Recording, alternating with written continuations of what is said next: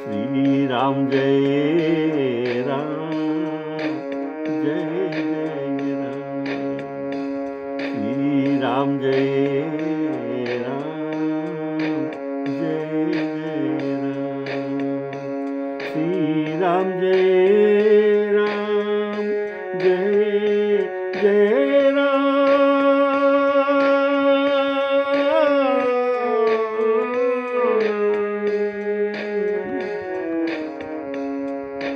श्री राम जय राम, जय जय राम। श्री राम जय राम, जय जय राम। सियावर रामचंद्र की जय। आप लोग सुन रहे थे उत्तराखंड श्री रामचरितमानस।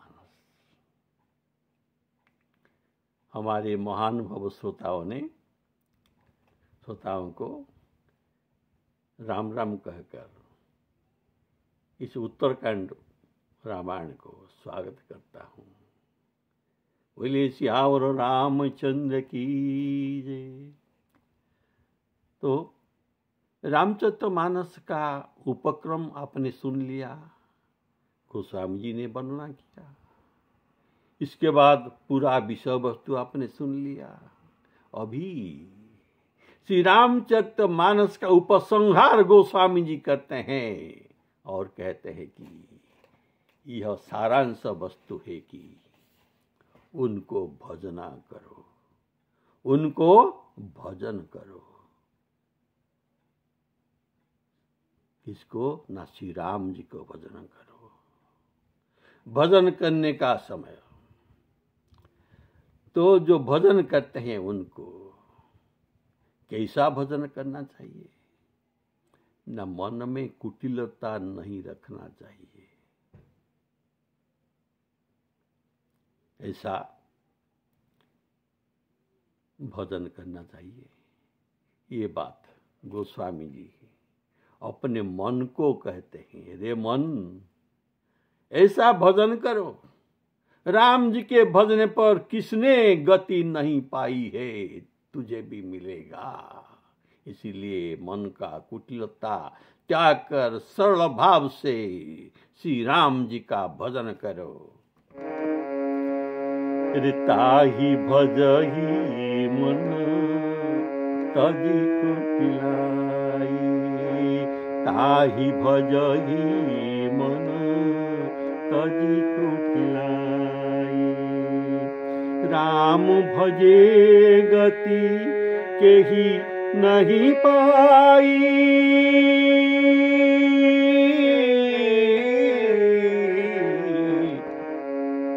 राम भजे गति केहि नहीं पाई। गोस्वामी तुलसीदास जी जो सुंदरकांड में वर्णन करते हैं कि भगवान भी ऐसा जो कहते हैं, देखो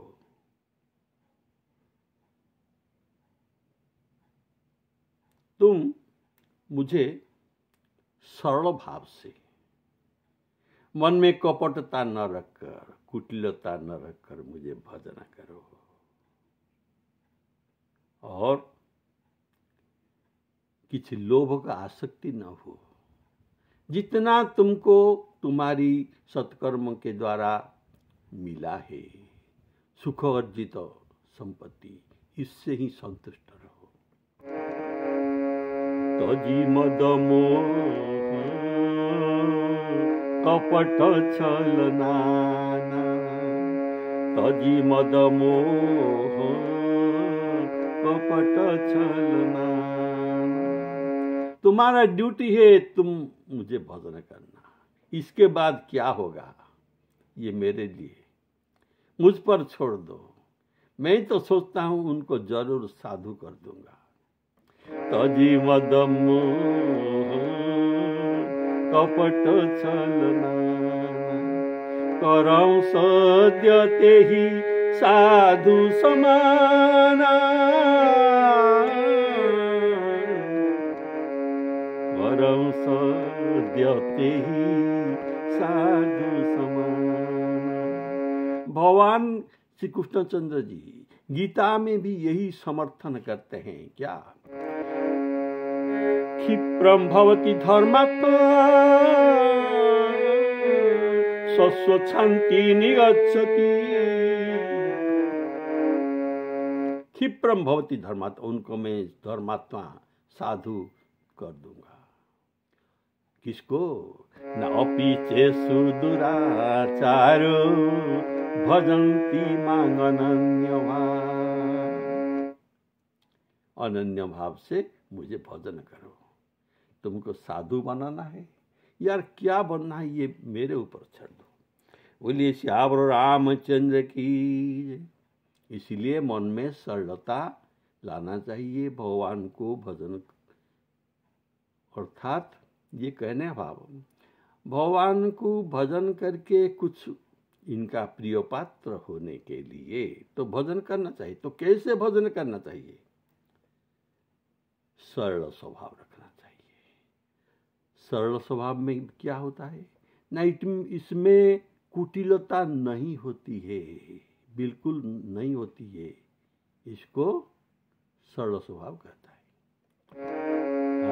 सरल स्वभाव न मन कुटिलाई, सरल स्वभाव न मन कुटिलाई। जथा लोभ संतोष सदाई, श्री राम जय राम जय जय राम। तो गोस्वामी तुलसीदास जी ने बहुत कुछ उदाहरण दिए। देखो रे मन तुलसीदास, तेरा तो मन कुटिल है, लेकिन इसमें कुछ भी घबराना नहीं है। बहुत सारे लोग जिनका काम क्रोध मद लोभ मच्छर मूर्ख अज्ञानता, जिसने भी ये स्वभाव जिसका है, उस सभी को राम भजन के द्वारा सुंदर गति मिली है। तो तुझ ब्राह्मण तुलसीदास, राम तो भजन करता है, तुमको क्यों नहीं मिल सकता? देखो, तुमको मैं बहुत उदाहरण देता हूं। गोस्वामी जी किसको कह रहे हैं? अपने मन को, अर्थात इनके मन में हम सब है, अर्थात ये सब हमारे कलिजुग रूपी भक्तों के लिए कह रहे हैं, हमारे उद्धार के लिए। तो पहले ये कहते हैं, देखो गणिका, गणिका अर्थात वेश्या। एक गणिका था जो सुआ को राम राम पढ़ाता रहता था, लेकिन अंत में क्या हुआ और कुछ इनको मालूम नहीं। राम जी क्या है, इनका रूप कैसा है, कैसा भजन करना चाहिए, कुछ भी उनको मालूम नहीं। केवल सुआ को पास में रखकर पढ़ा रहा था, राम राम रटो। तो जब सुआ और वेश्या का एक दिन मृत्यु हो गया, तो ये दोनों को परम पद मिला। ये किसका प्रभाव? अनजान में भी, इनका प्रभाव न जानकर भी ये राम नाम जप रहे थे। सुआ पढ़ावत गणिका तारी, सुआ पढ़ावत गणिका तारी।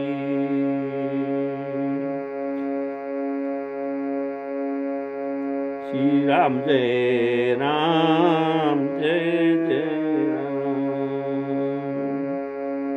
तो यही बात। और बड़े बड़े खल उधारी, सुआ पढ़ावत गणिका तारी। बड़े बड़े निशिचर संहारी। हरि जपउति तउत कबहु न डोल। हरि जपई तउत कबहु न डोल। केशव माधव गोविंद बोल। केशव माधव गोविंद बोल। बोल हरि बोल, हरि हरि बोल। केशव माधव गोविंद बोल। देखिए, गणिका का स्वभाव, वेश्या का स्वभाव कुछ अच्छे नहीं है। क्षणिक सुख पाने के लिए यह अपना जीवन को दे दिया, इनको जीवन को नष्ट कर दिया। क्षण सुख लागी जन्म शतकोटि। दुख न समुझ तेहि सम को कोटि। बड़े भाग से मनुष्य तन मिला था, लेकिन ये वेश्यावृत्ति करके, गुंडों का साथ होकर, और क्या, इनके साथ तो गुंडा रहते हैं, ये अपने जन्म को नष्ट करने चलता है। और इनको भी अनजान में भी राम नाम जपने पर इतना सुंदर गति मिला। सुआ पढ़ावत गणिका तारी। ये है उदाहरण, पहला उदाहरण। तो दूसरा उदाहरण कहते हैं कि अजामिल, जो हजारों ब्राह्मणों को ये तरसाया करता था।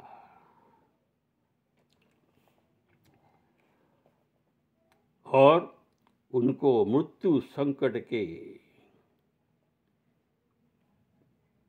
पहुंचा रहा था। अपनी परिवार को पोषण कर रहा था, उनसे धन छीनकर। अंत में मृत्यु काल में, अंत काल में भगवान का नाम नहीं, अपने छोटे बेटा को जो प्यार कर रहा था, इनका नाम था नारायण। नारायण बुला लिया। अरे नारायण, क्योंकि ना जमदूत ने आकर इनको डराने लगा और भयभीत होकर अपनी बेटा का नाम लिया। भगवान का नाम इनके मन में नहीं था, लेकिन बेटा का नाम लिया नारायण। तुरंत उनको विष्णु लोक के दूतों ने आकर विष्णु लोक बैठाकर ले गए। तो ये था अजामिल का चरित्र। इतना बड़ा पापी होकर भी इनका उद्धार हुआ कि नहीं हुआ है। व्याध, एक जो व्याध का नाम था वाल्मीकि। आपने वाल्मीकि ऋषि का नाम भी सुना है, लेकिन ये जो गोस्वामी जी कहते हैं व्याध, वाल्मीकि, इनका नाम था वाल्मीकि। ये बहुत पशुओं पर हिंसा करता था। इनको भी भगवान ने उद्धार किया है। ये राम नाम का प्रताप है। गीध है, आप जानते हैं, जटायु पक्षी। और एक गीध है, इनका भाई।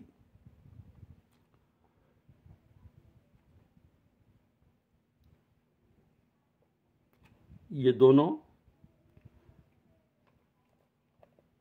ये पक्षी का भाव आपने सुना है। तो इनका भोजन है मांसाहारी, हिंसा करना। और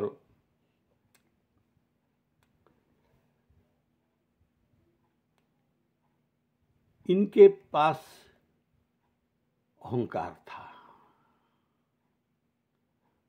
और सूर्य को धमकाने के लिए दोनों भाई वो चले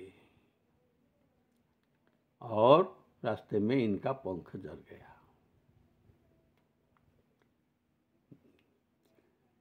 तो ये था इनका स्वभाव, पर राम नाम के प्रभाव से इनका उद्धार हुआ है।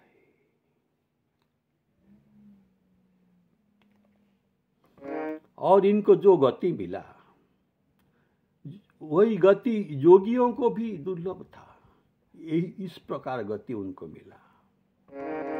गीधम खग आमिष भोगी, गीधम खग आमिष भोगी, गति निजो जाचत जोगी, गीधम खग आमिष भोगी। गति दीनी जो जाचत जोगी, तो कैसा गति दिया श्री राम जी ने उनको? 4 भुज कर दिया, विष्णु जैसा रूप हो गया, विष्णु जैसा भूषण भी लगाया और विष्णु लोक को चला। भगवान के रूप दे दिया, भगवान ने अपने रूप उनको दे दिया। किसको? ना जटायु को। इसको सारूप्य मुक्ति कहा जाता है। गीध देह तजी धरि बहुरूपा, गीध देह तजी धरि बहुरूपा, भूषण बहु पट पीत अनुपा,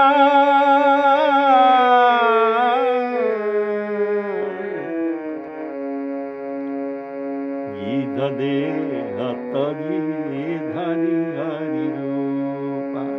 ऐसा मांसाशी प्राणी का भी उद्धार हुआ है राम नाम के प्रभाव से। गज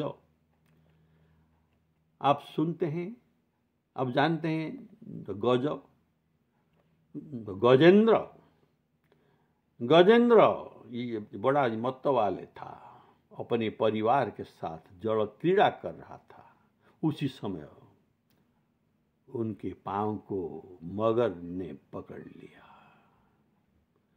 तो क्या हुआ? ये बहुत चेष्टा किया, कोशिश किया, लेकिन मगरमच्छ से बचकर बाहर निकल नहीं सका, क्योंकि जड़ में मगर का बल ज्यादा होता है। इनके परिवार लोग भी सूंड से सूंड मिलाकर इनको खींच रहे थे। ऐसा बहुत वर्ष, 1000 वर्ष बीत गया, तब भी ये आ नहीं पाया। सभी परिवार लोगों से भी निराश हो गया। अपने बड़ से तो प्रथम ही निराश हुआ, अपना बड़, फिर परिवार लोग हमारे हैं ना, ये हमें उद्धार कर लेंगे। उनका भरोसा भी टूट गया। जब कोई भरोसा नहीं रख रहा तो गोविंद को पुकारा, श्री कृष्ण जी को पुकारा।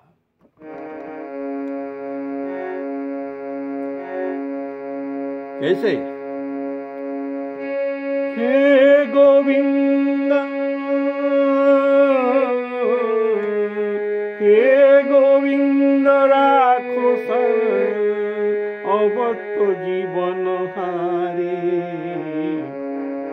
अब तो जीवन हारे। नीर पीवन हेतु गयो सिंधु के किनारे, सिंधु के किनारे। सिंधु बीच बसत ग्राह, सिंधु बीच बसत ग्राह। चरण गही पछारे, चरण गही चार प्रहर युद्ध कियो, 4 प्रहर युद्ध कियो दिन भर, 4 प्रहर युद्ध कियो।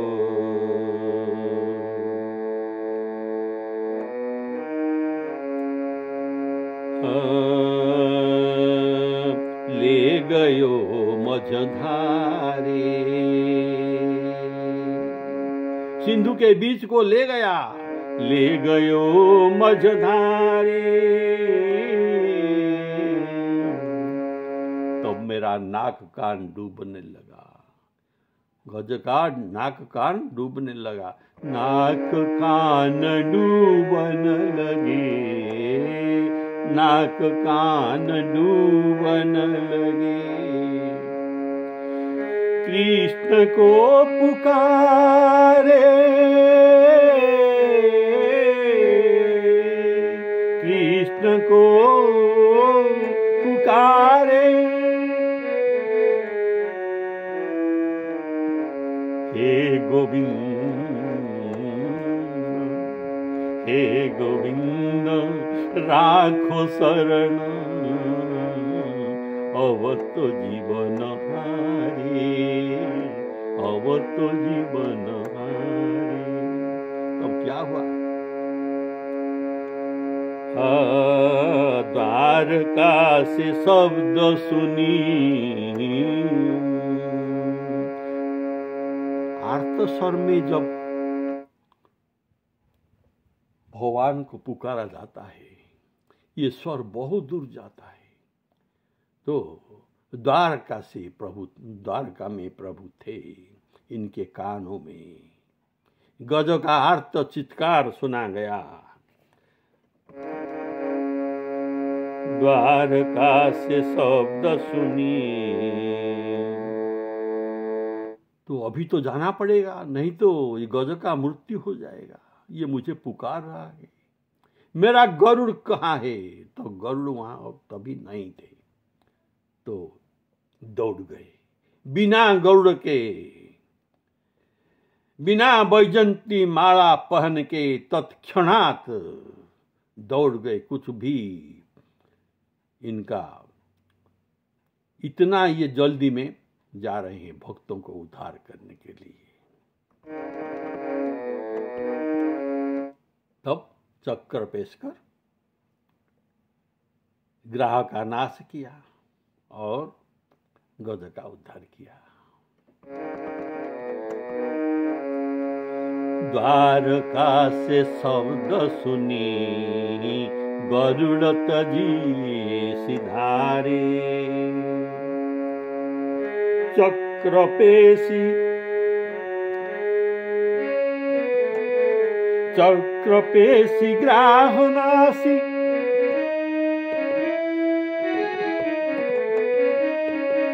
चक्र पेशी ग्राह नासी, गज को उधारे, गज को उधारे। हे गोविंद राखो शरण, अब तो जीवन हारे। देखिए इनका कुछ ज्ञान नहीं, गजो कामी होता है और मूर्ख है, कुछ ज्ञान भी नहीं है। उनको भी तो भगवान ने उद्धार किया, ये नाम का प्रभाव है।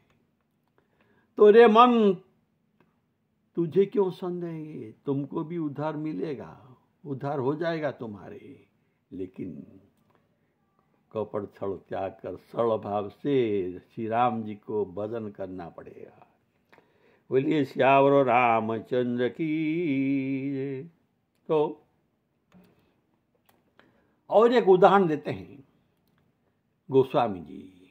आभीर, आभीर ये बड़ा नीचा जाति होता है, जो अत्यधिक पाप करता है उनको उसी जाति में जन्म होना पड़ता है, ऐसा वर्णित है शास्त्रों में।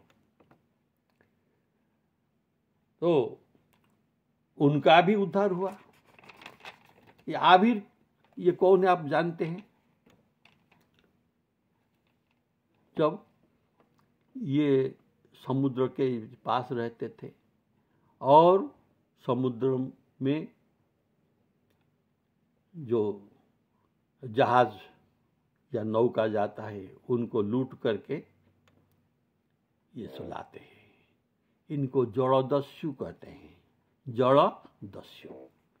ये बात सुंदरकांड में तो बनी तो आप जानते हैं कैसे। सुंदरकांड के अंत में समुद्र भगवान को कहता है, भगवान ने तो सर निकाल लिया था समुद्र को सुखाने के लिए, क्योंकि ये 3 दिन वहां इनका प्रार्थना किया, समुद्र ने इनका प्रार्थना नहीं सुना। तब श्री राम जी अपना अमोघ सर निकाल लिए समुद्र को सुखाने के लिए। तभी समुद्र का जड़ जंतुओं ने चित्कार करने लगे, राम जी का बाण आ रहा है समुद्र को सुखाने के लिए, हम कहाँ जाएंगे, मर जाएंगे। उनके चित्कार, अपने जड़ जंतुओं का चित्कार सुन के समुद्र आया और श्री राम जी के शरण में आया और उनको साहाय्य करने के लिए सब कुछ बताई दिया और कहा, प्रभु आपका बाण तो अमोघ है, आपने एक बार निकाल दिया तो ये वापिस काम न करके नहीं जाएगा। तो आप तो मेरे ऊपर कृपा की है, तो मैं इन बाणों का उपयोग आपके ठीक जगह में कराना चाहता हूँ। आपको मैं कहता हूँ कि मेरे समुद्र तट पर उत्तर दिशा में एक आभीर जाति रहते हैं, ये जड़दस्यु है, बहुत कुछ जो पाप करते हैं, इनको मैं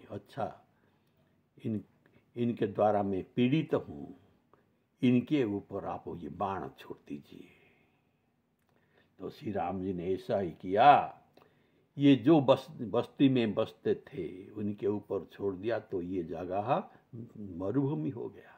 इसका नाम है थर मरुभूमि, जो अभी भी है।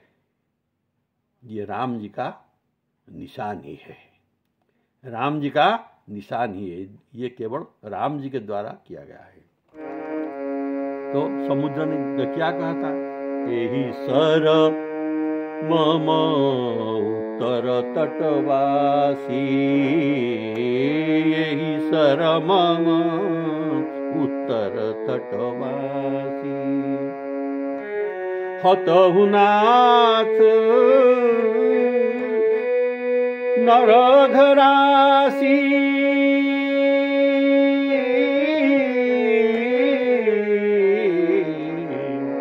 हतहुनाथ खल नरघरासी। श्री राम जी ने सागर के मन को पीड़ा किया, पीड़ा का अनुभव करके छोड़ दिया। सुनी कृपाल सागर मन पीरा, तुरंत ही हरि राम रणधीरा। रामबाण को काम करने के लिए समय नहीं लगता, इसीलिए तुरंत ही हरि राम रणधीरा। देखी राम बल पौरुष भारी, भयउ जल निधि विशेष की सुखारी। बोले श्यावर रामचंद्र की जय।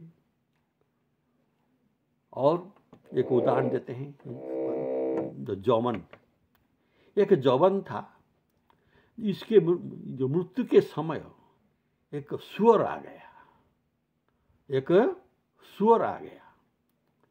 जौवनों को सुअर का बड़ा घृणा है। तो जब ये मृत्यु के समय इनके आया था, ये हराम ही बोला, हराम। सुअर को गाली दिया, क्या दिया, हराम।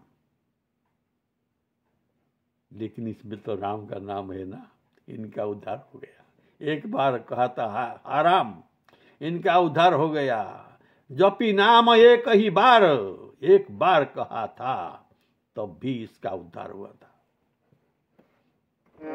जपी नाम एक ही बार तेपी, जपी नाम ते पिबार एक बार जपने से भी उसका उद्धार हो गया था। और भी बहुत उदाहरण है, आपको अगले एपिसोड में सुनाऊंगा, जो गोस्वामी जी उदाहरण देते हैं। राम नाम भजकर किसको गति नहीं मिला, ये चैलेंज करते हैं, मुझे बताओ। अर्थात सभी को मिला है, मिलता रहेगा और मिलेगा। बोले श्याम रामचंद्र की जय। श्री सीताराम अर्पणमस्तु।